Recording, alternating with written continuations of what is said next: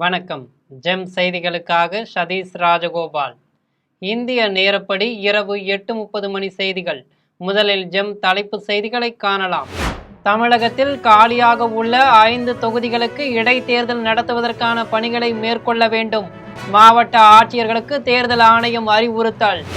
டெல்லியில் நாளை நடைபெறும் நிதி ஆயோக் கூட்டத்தில் பங்கேற்க சென்ற தமிழக முதலமைச்சர் ஜோசப் விஜய் இன்று குடியரசுத் தலைவர் திரௌபதி முர்முவுடன் சந்திப்பு. தமிழக சட்டப்பேரவையின் முதல் கூட்டத்தொடர் வரும் 18ஆம் தேதி நடைபெறுகிறது. ஆளுநர் அர்லேக்கருக்கு சட்டப்பேரவை தலைவர் ஜே.சி.டி. பிரபாகர் அழைப்பு. டெல்லியில் காங்கிரஸ் மூத்த தலைவர்கள் சோனியா காந்தி, ராகுல் காந்தியை சந்தித்தார் தமிழக முதலமைச்சர் ஜோசப் விஜய். திரைத்துறையில் பாரதிய ராஜாவின் பங்களிப்பை போற்றி இறுதி பயணத்திற்கு அரசு மரியாதை வழங்கப்படும். முதலமைச்சர் ஜோசப் விஜய் அறிவிப்பு. இனி விரிவான செய்திகளை காணலாம். தமிழகத்தில் காலியாக உள்ள 5 தொகுதிகளுக்கு விரைவில் இடைத்தேர்தல் நடத்துவதற்கான பணிகளை மேற்கொள்ள மாவட்ட ஆட்சியர்களுக்கு தேர்தல் ஆணையம் அறிவுறுத்தியுள்ளது. தமிழ்நாட்டில் கடந்த ஏப்ரல் மாதம் 23ஆம் தேதி 17வது சட்டசபை தேர்தல் நடைபெற்றது. வாக்கு எண்ணிக்கை மே மாதம் 4ஆம் தேதி நடைபெற்ற நிலையில் விஜய் தலைமையிலான தாவேக அதிக இடங்களில் வெற்றி பெற்றது.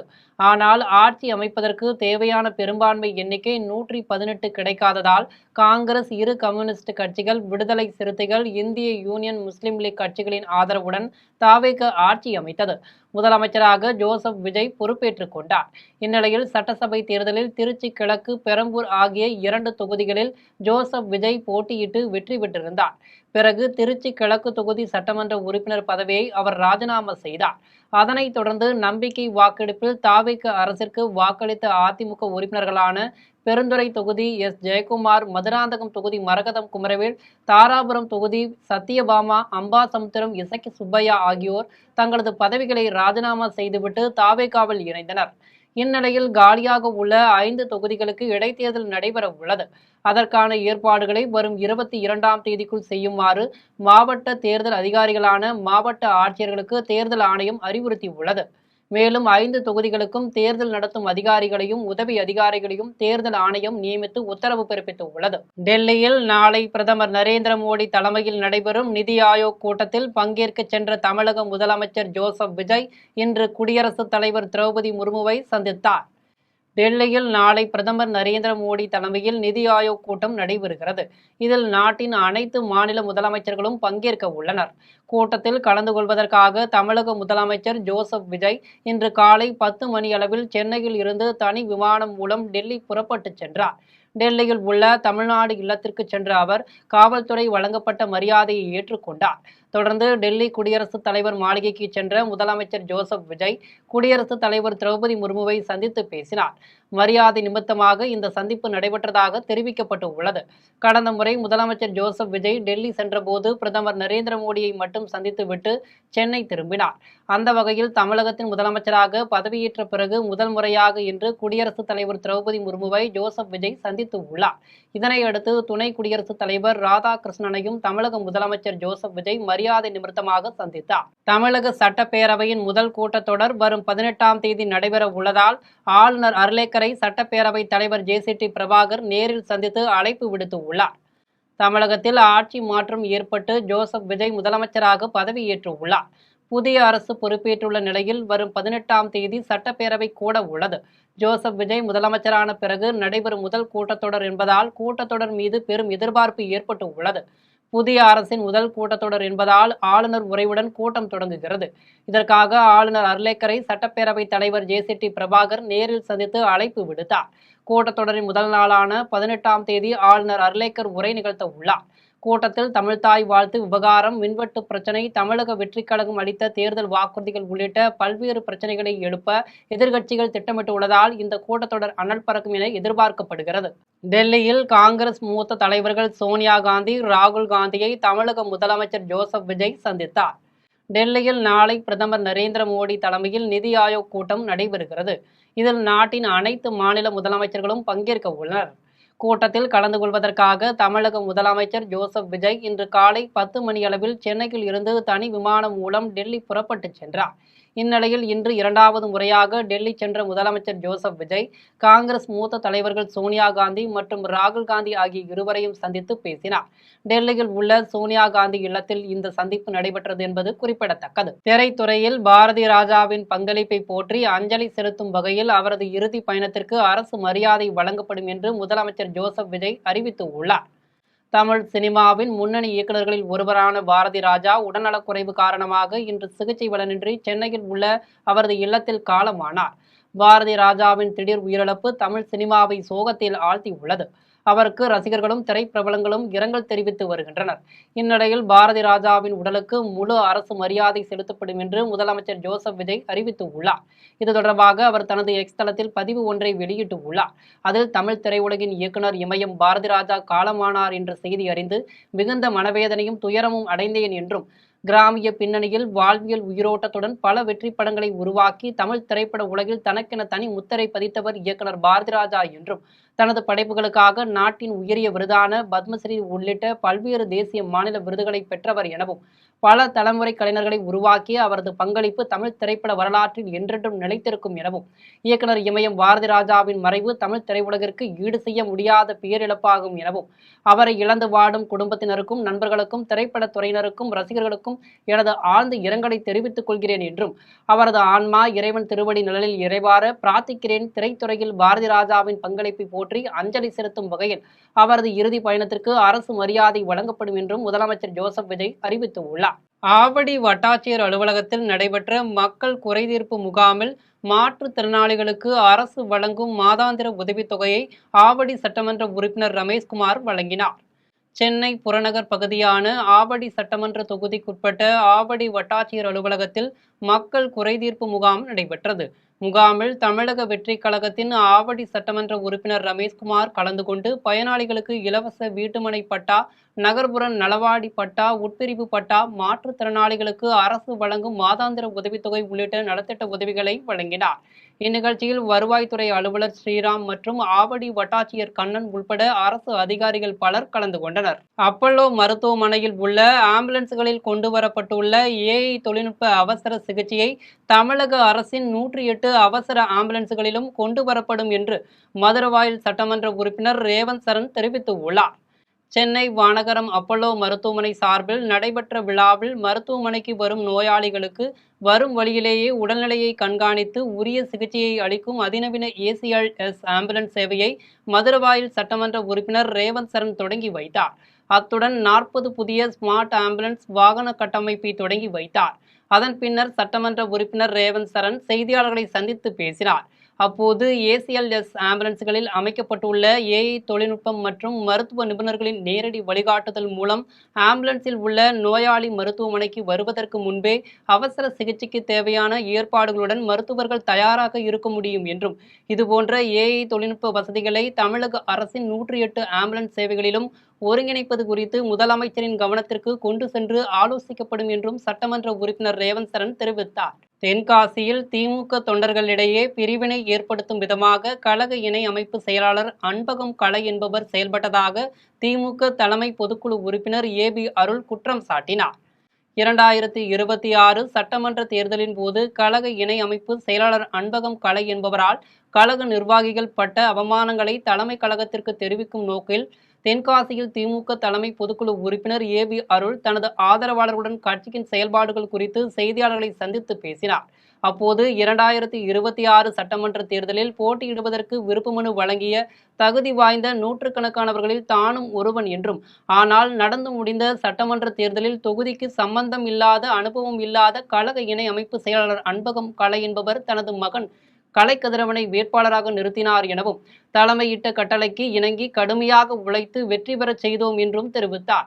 மேலும் திராவிட முன்னேற்ற கழகத்தில் பிரிவினை ஏற்படுத்தும் விதமாக கழக இணை அமைப்பு செயலாளர் அன்பகம் கலை என்பவர் தலைமை கழக அறிவிப்பு இல்லாமல் கிளப்பாவூர் ஒன்றியத்தை பிரித்து மத்திய ஒன்றியம் என ஒன்றை பயன்படுத்தி தொண்டர்களிடையே பிரிவினையை ஏற்படுத்தி உள்ளார் என்றும், இது கழக தோழர்கள் மத்தியில் மிகுந்த வருத்தத்தையும் வேதனையும் அளித்துள்ளது என்றும், அறிவாலயத்தில் பணிபுரியும் கழக இணை அமைப்பு செயலாளர் அன்பகம் கலை தென்காசியில் உள்ள நிர்வாகிகளின் பதவியை தக்க வைப்பதற்காகவும் இழந்த பதவியை பெறுவதற்காகவும் பதவியை நீட்டிப்பதற்காகவும் கையூட்டு பெற்றுக்கொண்டு பல்வேறு காரியங்களில் தொடர்ந்து ஈடுபட்டு வருகிறார் என்றும் திமுக தலைமை பொதுக்குழு உறுப்பினர் ஏபி அருள் தெரிவித்துள்ளார். காதில் கடுக்கன் போட்டுக்கொண்டு ஒழுங்காக முடிவெட்டாமல் நாட்றம்பள்ளியில் செயல்படும் அரசு ஆண்கள் மேல்நிலைப் பள்ளிக்கு வந்த மாணவர்களுக்கு தனது சொந்த செலவில் முடிவெட்டிய உடற்கல்வி இயக்குநரை பலரும் பாராட்டி வருகின்றனர். திருப்பத்தூர் மாவட்டம் நாட்றம்பள்ளி அரசு ஆண்கள் மேல்நிலைப் பள்ளியில் 500க்கும் மேற்பட்ட மாணவர்கள் கல்வி பயின்று வருகின்றனர். பள்ளியில் நாட்றம்பள்ளியைச் சேர்ந்த பழனி என்பவர் உடற்கல்வி இயக்குநராக பணியாற்றி வருகிறார். இந்நிலையில் கடந்த சில தினங்களாக ஒழுங்காக முடிவெட்டி கொண்டு பள்ளிக்கு வர வேண்டும் என தெரிவித்திருந்த நிலையில் ஒழுங்காக முடிவெட்டு கொண்டு வராத 50 மாணவர்களுக்கு உடற்கல்வி இயக்குநர் பழனி ரூபாய் 700 செலவு செய்து முடிவெட்டி பள்ளிக்கு அனுப்பி வைத்தார். சிதம்பரம் அருகே தனியார் பள்ளி வாகனம் தீப்பிடித்ததில் மாணவர்கள் காயமின்றி அதிர்ஷ்டவசமாக உயிர் தப்பினர். கடலூர் மாவட்டம் சிதம்பரம் அருகே புறவழிச்சாலையில் உள்ள தனியார் மெட்ரிகுலேஷன் பள்ளிக்கு சொந்தமான பள்ளி வாகனம் 10க்கு மேற்பட்ட மாணவர்களை ஏற்றுக்கொண்டு சிதம்பரம் அடுத்த பள்ளிப்படை என்ற இடத்தில் சென்றபோது திடீரென முன்புறம் இன்ஜினிலிருந்து புகை ஏற்பட்டு ஒயர்கள் தீப்பிடித்தது. உடனே வேனை நிறுத்திவிட்டு வேனில் இருந்த மாணவர்களை கீழே இறக்கினர். இதனால் மாணவர்கள் காயமின்றி உயிர் தப்பினர். இதுகுறித்து தகவல் அறிந்த சிதம்பரம் நகர காவல்துறையினர் சம்பவ இடத்திற்கு சென்று விசாரணை மேற்கொண்டனர். ராமநத்தம் காந்திநகர் கிராமத்தில் வசித்து வரும் இந்து மலைக்குறவர் இன மக்களுக்கு இலவச வீட்டுமனை பட்டா வழங்க வேண்டும் என வலியுறுத்தி இந்திய கம்யூனிஸ்ட் கட்சியினர் கண்டன ஆர்ப்பாட்டத்தில் ஈடுபட்டனர். கடலூர் மாவட்டம் திட்டக்குடி வட்டம் ராமநத்தம் காந்திநகர் கிராமத்தில் பல ஆண்டுகளாக வசித்து வரும் இந்து ஆதியன் மற்றும் இந்து மலைக்குறவர் வகுப்பை சார்ந்த 6 குடும்பத்தினர் இலவச வீட்டுமனை பட்டா கேட்டு பல போராட்டங்களை நடத்தி வருகின்றனர். இந்நிலையில் திட்டக்குடி வட்ட மண்டல துணை வட்டாட்சியர் ஏசையா என்பவர் காந்திநகரில் வசிக்காமல் வெளியூரில் வசிப்பவர்களிடம் ஒரு நபருக்கு 3 லட்சம் பணம் பெற்றுக்கொண்டு 10 நபர்களுக்கு பட்டா வழங்கியுள்ளதாக மலைக்குறவ மக்கள் குற்றம் சாட்டுகின்றனர். இந்நிலையில் இந்து மலைக்குறவர் இன மக்களுக்கு வீட்டுமனை பட்டா வழங்க வேண்டும் என கோரிக்கை விடுத்து திட்டக்குடி பேருந்து நிலையத்தில் இந்திய கம்யூனிஸ்ட் கட்சியின் ஒன்றிய பொறுப்பு செயலாளர் ராஜ்குமார் தலைமையில் கம்யூனிஸ்ட் கட்சியினர் கண்டன ஆர்ப்பாட்டத்தில் ஈடுபட்டனர். ஆர்ப்பாட்டத்திற்கு கிளை செயலாளர் மணிகண்டன், துணை செயலாளர்கள் ராஜசேகர், முருகன், பொருளாளர் சிவா ஆகியோர் முன்னிலை வகித்தனர். ஆர்ப்பாட்டத்தில் இந்து மலைக்குறவர் வகுப்பைச் சேர்ந்த குடும்பத்தினருக்கு வீட்டுமனை பட்டா வழங்க வேண்டும் என்றும் மண்டல துணை வட்டாட்சியர் மீது உரிய நடவடிக்கை எடுக்க வேண்டும் என்றும் வலியுறுத்தினர். ஆர்ப்பாட்டத்தில் மாவட்ட துணை செயலாளர் சுப்பிரமணியன், மாவட்ட நிர்வாக குழு முருகையன், மங்களூர் ஒன்றிய செயலாளர் நிதி உலகநாதன், நல்லூர் ஒன்றிய செயலாளர் கோவிந்தராஜ், மாவட்ட குழு உறுப்பினர்கள் அம்பிகா, தேவா, நகர செயலாளர் செல்வராசு உள்பட பலர் கலந்து கொண்டனர். கந்திலி அருகே காணாமல் போன இளம்பெண் குறித்து காவல் நிலையத்தில் புகார் அளித்தும் நடவடிக்கை எடுக்காததால் மன உளைச்சலில் இருந்த பெண்ணின் தாயார் பூச்சி மருந்து குடித்து தற்கொலைக்கு முயற்சித்த சம்பவம் அப்பகுதியில் பரபரப்பை ஏற்படுத்தியுள்ளது. திருப்பத்தூர் மாவட்டம் எலவம்பட்டி தம்மன் வட்டம் பகுதியைச் சேர்ந்த முருகன், கீதா தம்பதியினருக்கு ஒரு ஆண் பிள்ளையும் 3 பெண் பிள்ளைகளும் உள்ளனர்.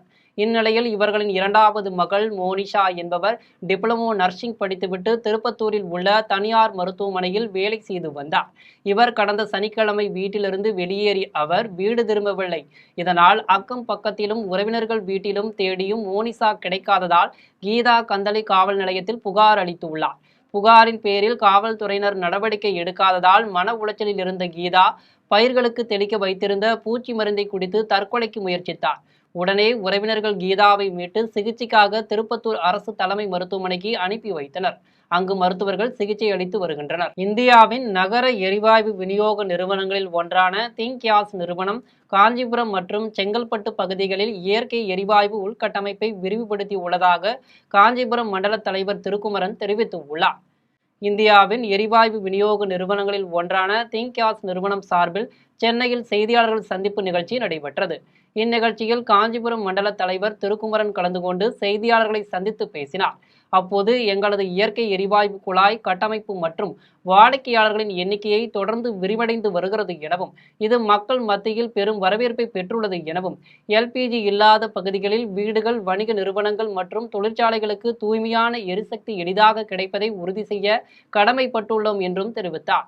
மேலும் தற்போது திருப்பெரும்புதூர், வல்லம், கேளம்பாக்கம், படூர், நாவலூர், தாளம்பூர், தையூர், ஏகாட்டூர், திருப்போரூர், பெரும்பாக்கம், ஓஎம்ஆர் சாலை உள்ளிட்ட பகுதிகளில் பிஎன்ஜி சேவைகள் கிடைக்கின்றன என்றும் தாம்பரம், உடிச்சூர், சோழிங்கநல்லூர், மொளச்சூர் ஆகிய பகுதிகளில் குழாய் அமைக்கும் பணிகள் தீவிரமாக நடைபெற்று வருவதாக காஞ்சிபுரம் மண்டல தலைவர் திருக்குமரன் தெரிவித்தார். தமிழக முதலமைச்சரின் பிறந்தநாளை ஒட்டி நலத்திட்ட உதவிகள் வழங்கும் நிகழ்ச்சிக்கு கும்மிடிப்பூண்டி சட்டமன்ற உறுப்பினர் விஜயகுமார் காலதாமதம் செய்ததால் பயனாளிகள் 5 மணி நேரமாக காத்திருந்தனர். திருவள்ளூர் மாவட்டம் கும்மிடிப்பூண்டி அடுத்த சாமிரெட்டி கண்டிகையில் உள்ள தனியார் திருமண மண்டபத்தில் தமிழக முதலமைச்சர் ஜோசப் விஜயின் 52வது பிறந்தநாளை ஒட்டி நலத்திட்ட உதவிகள் வழங்கும் நிகழ்ச்சி நடைபெற்றது. காலை 10 மணி அளவில் நடைபெறும் நிகழ்ச்சியில் கும்மிடிப்பூண்டி சட்டமன்ற உறுப்பினர் விஜயகுமார் சிறப்பு அழைப்பாளராக பங்கேற்று நலத்திட்ட உதவிகளை வழங்க ஏற்பாடுகள் செய்யப்பட்டிருந்தது. இதனால் நலத்திட்ட உதவிகளை பெறுவதற்காக பயனாளிகள் 100க்கும் மேற்பட்டோர் காலை 9 மணிக்கு நிகழ்விடத்திற்கு வந்த நிலையில் சட்டமன்ற உறுப்பினர் விஜயகுமார் குறிப்பிட்ட நேரத்திற்கு வராமல் காலதாமதம் செய்து வந்ததால் 5 மணி நேரத்திற்கு மேலாக நலத்திட்ட உதவிகளை வாங்க வந்த பயனாளிகள் காத்து கொண்டிருந்த அவலநிலை ஏற்பட்டது. தென்காசியில் பெண்களை இழிவாக பேசி வரும் தாவேக செயற்குழு உறுப்பினர் ராபின், அவருக்கு ஆதரவாக செயல்படும் மத்திய மாவட்ட செயலாளர் ராஜபிரகாஷ் ஆகியோர் மீது நடவடிக்கை எடுக்க வேண்டும் என தென்காசி மாவட்ட காவல்துறை கண்காணிப்பாளர் அலுவலகத்தில் தாவேக பெண் நிர்வாகி செல்வி புகார் மனு அளித்து உள்ளார். தமிழக வெற்றி கழகத்தின் தென்காசி மத்திய மாவட்ட செயலாளர் ராஜபிரகாஷ் மற்றும் மாவட்ட செயற்குழு உறுப்பினர் ராபின் ஆகியோர் மீது தென்காசி மாவட்ட காவல்துறை துணை கண்காணிப்பாளர் அலுவலகத்தில் காசி மேஜர்புரம் பகுதியைச் சேர்ந்த தமிழக வெற்றி கழகத்தின் பெண் நிர்வாகி செல்வி புகார் மனு அளித்து உள்ளார். அதில் தென்காசி மாவட்ட தமிழக வெற்றி கழகத்தின் மத்திய மாவட்ட செயற்குழு உறுப்பினராக உள்ள ராபின் என்பவர் கட்சியில் உள்ள பெண்களை தவறுதலாக சித்தரித்து பேசுவதாகவும், இது தொடர்பாக மாவட்ட செயலாளரிடம் புகார் தெரிவித்ததால் பெண்களுக்கு ஆதரவாக பேசாமல் தவறு செய்யும் ராபின் என்பவருக்கு ஆதரவாக பேசி பெண்களை இழிவுபடுத்துகிறார் எனவும், தமிழக வெற்றி கழகத்தில் உள்ள பல பெண்களுக்கும் இதே நிலைமைதான் ஏற்படுவதாகவும், இனிவரும் காலங்களில் இதுபோன்ற பல பெண்கள் தங்களது பிரச்சனைகளை வெளிக்கொண்டு வருவார்கள் எனவும் தெரிவித்தார். மேலும் பெண்கள் குறித்து ஆபாசமாக பேசிய செயற்குழு உறுப்பினர் ராபின் மற்றும் அவருக்கு ஆதரவாக செயல்படும் தென்காசி தமிழக வெற்றி கழக மத்திய மாவட்ட செயலாளர் ராஜபிரகாஷ் ஆகியோர் மீது நடவடிக்கை எடுக்க வேண்டும் என மனுவில் தாவேக பெண் நிர்வாகி செல்வி வலியுறுத்தியுள்ளார். கூட்டுறவு வங்கிகளில் விவசாயிகள் பெற்ற முழு கடனையும் தள்ளுபடி செய்ய வேண்டும் என வலியுறுத்தி கடலூர் மாவட்ட ஆட்சியர் அலுவலகம் எதிரே விவசாயிகள் காதில் பூ சுற்றி கொண்டு போராட்டத்தில் ஈடுபட்டனர். தமிழக சட்டமன்ற தேர்தல் பிரச்சாரத்தின் போது சிறு குறு விவசாயிகளுக்கு முழு கடன்களும் தள்ளுபடி செய்யப்படும் என்றும், பெரு விவசாயிகள் வாங்கிய கடனில் 50% தள்ளுபடி செய்வதாகவும் வாக்குறுதி அளித்துவிட்டு வெற்றி பெற்று முதலமைச்சரானதும் கூட்டுறவு வங்கிகளில் விவசாயிகள் பெற்ற கடனில் ரூபாய் 50,000 மட்டும் தள்ளுபடி செய்யப்படும் என அறிவித்திருப்பது விவசாயிகளின் காதில் பூ சுற்றும் செயலாக உள்ளது எனவும், தேர்தலில் அளித்த வாக்குறுதியின்படி விவசாயிகளின் முழு கடனையும் தள்ளுபடி செய்ய வேண்டும் என வலியுறுத்தி கடலூர் மாவட்ட ஆட்சியர் அலுவலகம் எதிரே விவசாயிகள் காதில் பூ சுற்றி கொண்டு போராட்டத்தில் ஈடுபட்டனர். இதனையடுத்து மாவட்ட வருவாய் அலுவலரிடம் விவசாயிகள் கோரிக்கை மனுவை அளித்தனர். மனுவை பெற்றுக்கொண்ட வருவாய் அலுவலர் மனுவை முதலமைச்சருக்கு அனுப்பி வைப்பதாக தெரிவித்ததை அடுத்து விவசாயிகள் அனைவரும் கலைந்து சென்றனர். திருவள்ளூர் மாவட்ட ஆட்சியர் அலுவலகத்தில் வெடிகுண்டு வைத்திருப்பதாக மின்னஞ்சல் வந்ததால் வெடிகுண்டு நிபுணர்கள் மோப்பநாய் மூலம் சோதனை செய்தனர். திருவள்ளூர் மாவட்ட ஆட்சியர் அலுவலக இமெயில் முகவரிக்கு ஆட்சியர் அலுவலக வளாகத்தில் வெடிகுண்டு வைத்திருப்பதாக தகவல் வந்தது. இதுகுறித்து மாவட்ட காவல்துறை கண்காணிப்பாளர் அலுவலகத்திற்கு தகவல் தெரிவித்துள்ளனர். அதனைத் தொடர்ந்து வெடிகுண்டு கண்டறியும் நிபுணர்கள் மெட்டல் டிடெக்டர் மற்றும் மோப்பநாய் உதவியுடன் மாவட்ட ஆட்சியர் அலுவலகம் முழுவதும் 1 மணி நேரத்திற்கு மேலாக சோதனை நடத்தினர். இதில் வெடிகுண்டுகள் சிக்காத நிலையில் இமெயிலில் வந்த தகவல் வதந்தி என தெரிய வந்தது. இதனால் திருவள்ளூர் மாவட்ட ஆட்சியர் அலுவலகத்தில் பரபரப்பு நிலவியது. திருமுடிவாக்கத்தில் உள்ள பழைய பொருட்கள் சேகரித்து வைத்திருந்த கிடங்கில் ஏற்பட்ட பயங்கர தீயை தீயணைப்பு வீரர்கள் அணைத்தனர். தாம்பரம் அடுத்த கடப்பேரியைச் சேர்ந்த ராஜா என்பவர் குன்றத்தூர் அடுத்த திருமுடிவாக்கம் பகுதியில் பழைய பொருட்களை சேமித்து வைக்கும் கிடங்கு வைத்து உள்ளார். இங்கு வடமாநிலத்தைச் சேர்ந்த 10க்கும் மேற்பட்ட தொழிலாளர்கள் வேலை செய்து வருகின்றனர். இந்நிலையில் மதிய வேளையில் திடீரென பழைய பொருட்கள் சேகரித்து வைத்திருந்த கிடங்கில் தீப்பிடித்து எரிந்தது. இதனை அணைக்கும் முயற்சியில் வேலையாட்கள் ஈடுபட்டனர். இருப்பினும் தீ கொழுந்துவிட்டு எரிந்ததால் தீயணைப்பு நிலையத்திற்கும் காவல் நிலையத்திற்கும் தகவல் அளித்தனர். தகவலின் பேரில் சம்பவ இடத்திற்கு வந்த பூந்தமல்லி தாம்பரம் பகுதியிலிருந்து விரைந்து வந்த தீயணைப்பு வீரர்கள் தீயை அணைத்தனர். விபத்து குறித்து காவல்துறையினர் வழக்கு பதிவு செய்து விசாரணை மேற்கொண்டனர். உலக சுற்றுச்சூழல் தினத்தை முன்னிட்டு திருமங்கலக்கோட்டை கீழை ஊரில் செயல்படும் அரசு மேல்நிலைப் பள்ளி மாணவர்கள் விழிப்புணர்வு பேரணியில் ஈடுபட்டனர். தஞ்சாவூர் மாவட்டம் ஒரத்தநாடு அடுத்த திருமங்கலக்கோட்டை கேளையூரில் செயல்படும் அரசு மேல்நிலைப் பள்ளியில் உலக சுற்றுச்சூழல் தினத்தை முன்னிட்டு கவின்மிகு தஞ்சை இயக்கம், பள்ளி சுற்றுச்சூழல் கல்வித்திட்ட இயக்கம் ஆகியவை ஒன்றிணைந்து பள்ளி மாணவர்களுக்கு சுற்றுச்சூழல் குறித்த விழிப்புணர்வு மற்றும் மரக்கன்றுகள் வழங்கும் நிகழ்ச்சியை நடத்தியது. இந்நிகழ்ச்சியில் கவின்மிகு தஞ்சை இயக்கத்தின் தலைவர் ராதிகா மைக்கேல் கலந்து கொண்டு இயற்கையை எவ்வாறு கூட்டமைப்பது, சுற்றுச்சூழலுக்கு கேடு விளைவிக்கும் பொருட்களை எவ்வாறு தவிர்ப்பது என்பது குறித்து மாணவர்களுக்கு அறிவுரை வழங்கினார். அதனைத் தொடர்ந்து பள்ளி மாணவர்கள் சுற்றுச்சூழல் குறித்த விழிப்புணர்வை பதாகைகளை கையில் ஏந்தியபடி திருமங்கலக்கோட்டை கிராமத்தின் முக்கிய வீதிகள் வழியாக சென்று பொதுமக்களிடையே விழிப்புணர்வு ஏற்படுத்தினர். பெரியபாளையம் அருகே இருசக்கர வாகனத்தின் மீது லாரி மோதிய விபத்தில் இருசக்கர வாகனத்தில் சென்ற இளைஞர் ரித்திஸ்ரீ சம்பவ இடத்திலேயே பரிதாபமாக உயிரிழந்தார். திருவள்ளூர் மாவட்டம் பெரியபாளையம் அடுத்த 82 பனம்பாக்கம் கிராமத்தில் கூலி தொழிலாளியான தென்னரசு என்பவர் மனைவி சித்ரா, மகன் ரித்திஸ்ரீ ஆகியோருடன் வசித்து வருகிறார். இந்நிலையில் சென்னை செங்குன்றத்தில் தனியார் காங்கிரீட் பிளான்ட் நிறுவனத்தில் பணிபுரிந்து வரும் ரித்திஸ்ரீ வழக்கம் போல் இரவு பணியை முடித்துவிட்டு காலையில் இருசக்கர வாகனத்தில் சென்றபோது ஜெயபுரம் அருகே சென்னை திருப்பதி தேசிய நெடுஞ்சாலையில் கன்னிகைப்பேர் நோக்கி சென்ற லாரி எதிரே வந்த இருசக்கர வாகனத்தின் மீது மோதி விபத்துக்குள்ளானது. இதில் இருசக்கர வாகனத்தை ஓட்டிச் சென்ற ரித்திஸ்ரீ தலையில் பலத்த காயமடைந்து சம்பவ இடத்திலேயே பரிதாபமாக உயிரிழந்தார். விபத்தை ஏற்படுத்திய லாரி ஓட்டுநர் அங்கிருந்து தப்பிச் சென்றார். இதுகுறித்து அளிக்கப்பட்ட தகவலின் பேரில் சம்பவ இடத்திற்கு வந்த பெரியபாளையம் காவல்துறையினர் உயிரிழந்த ரித்திஸ் உடலை மீட்டு பிரேத பரிசோதனைக்காக திருவள்ளூர் அரசு மருத்துவமனை கல்லூரிக்கு அனுப்பி வைத்தனர். மேலும் வழக்கு பதிவு செய்து தப்பி ஓடிய லாரி ஓட்டுநரை தேடி வருகின்றனர். தாமிரபரணி நதிக்கரையில் அமைந்துள்ள ஆதிநாதர் ஆழ்வார் திருக்கோவிலில் வருடாபிஷேக விழா வெகு விமரிசையாக நடைபெற்றது. தூத்துக்குடி மாவட்டம் தாமிரபரணி நதிக்கரையில் 108 திவ்ய தேசங்களில் ஒன்றானதும் நவ திருப்பதிகளில் சிறப்பானதாகவும் ஆழ்வார் திருநகரி ஆதிநாதர் ஆழ்வார் திருக்கோயில் அமைந்து உள்ளது. திருக்குருகூர் என்று அழைக்கப்படும் இத்திருத்தலத்தில் மூலவர் ஆதிநாதர் நின்ற திருக்கோலத்திலும் தாயர்கள் ஆதிநாத வள்ளி, குருகூர் வள்ளி என 2 நாச்சியார்கள் அருள்பாலிக்கின்றனர். இத்திருத்தலத்தில் வருடாபிஷேக விழா இன்று சிறப்பாக நடைபெற்றது. இதற்காக காலையில் நடை திறக்கப்பட்டு கலசங்கள் பிரதிஷ்டை செய்து ஹோம பூஜைகள் நடைபெற்றது. அதன் பின்னர் பூஜிக்கப்பட்ட புனித நீர் கோவிலின் கலசங்கள் மீது ஊற்றப்பட்டது. அதனைத் தொடர்ந்து ஆதிநாதர் ஆழ்வார், ஆதிநாத வள்ளி, குருகூர் வள்ளி ஆகிய தெய்வங்களுக்கு புனித நீர் ஊற்றப்பட்டு சிறப்பு பூஜைகள் நடைபெற்றது. அதன் பின்னர் இரவில் நடைபெற்ற கருட சேவை புறப்பாடு நிகழ்ச்சியில் சுவாமி நம்மாழ்வார் அன்ன வாகனத்திலும் உற்சவர் கருட வாகனத்திலும் எழுந்தருளினர். அப்போது ஆழ்வார் எம்பெருமானார் ஜியா சுவாமிகள் மற்றும் அத்தியாபக கோஷ்டியினர் 4000 திவ்ய திருவாய்மொழி பாசுரங்களை பாடிச் சென்றனர். விழாவில் ஏராளமான பொதுமக்கள் கலந்து கொண்டு சுவாமி தரிசனம் செய்தனர். மீண்டும் ஜெம் தலைப்புச் செய்திகள். தமிழகத்தில் காலியாக உள்ள 5 தொகுதிகளுக்கு இடைத்தேர்தல் நடத்துவதற்கான பணிகளை மேற்கொள்ள வேண்டும். மாவட்ட ஆட்சியர்களுக்கு தேர்தல் ஆணையம் அறிவுறுத்தல். டெல்லியில் நாளை நடைபெறும் நிதி ஆயோக் கூட்டத்தில் பங்கேற்க சென்ற தமிழக முதலமைச்சர் ஜோசப் விஜய் இன்று குடியரசுத் தலைவர் திரௌபதி முர்முவுடன் சந்திப்பு. தமிழக சட்டப்பேரவையின் முதல் கூட்டத்தொடர் வரும் 18ஆம் தேதி நடைபெறுகிறது. ஆளுநர் அர்லேக்கருக்கு சட்டப்பேரவை தலைவர் ஜேசிடி பிரபாகர் அழைப்பு. டெல்லியில் காங்கிரஸ் மூத்த தலைவர்கள் சோனியா காந்தி, ராகுல் காந்தியை சந்தித்தார் தமிழக முதலமைச்சர் ஜோசப் விஜய். திரைத்துறையில் பாரதிய ராஜாவின் பங்களிப்பை போற்றி இறுதி பயணத்திற்கு அரசு மரியாதை வழங்கப்படும். முதலமைச்சர் ஜோசப் விஜய் அறிவிப்பு. இத்துடன் ஜெம் செய்திகள் நிறைவடைகின்றன. மீண்டும் ஜெம் செய்திகள் இரவு 12 மணிக்கு. உடனுக்குடன் செய்திகளை காண ஜெம் live.tv என்ற இணையதளத்தில் இணைந்திருங்கள். நன்றி, வணக்கம்.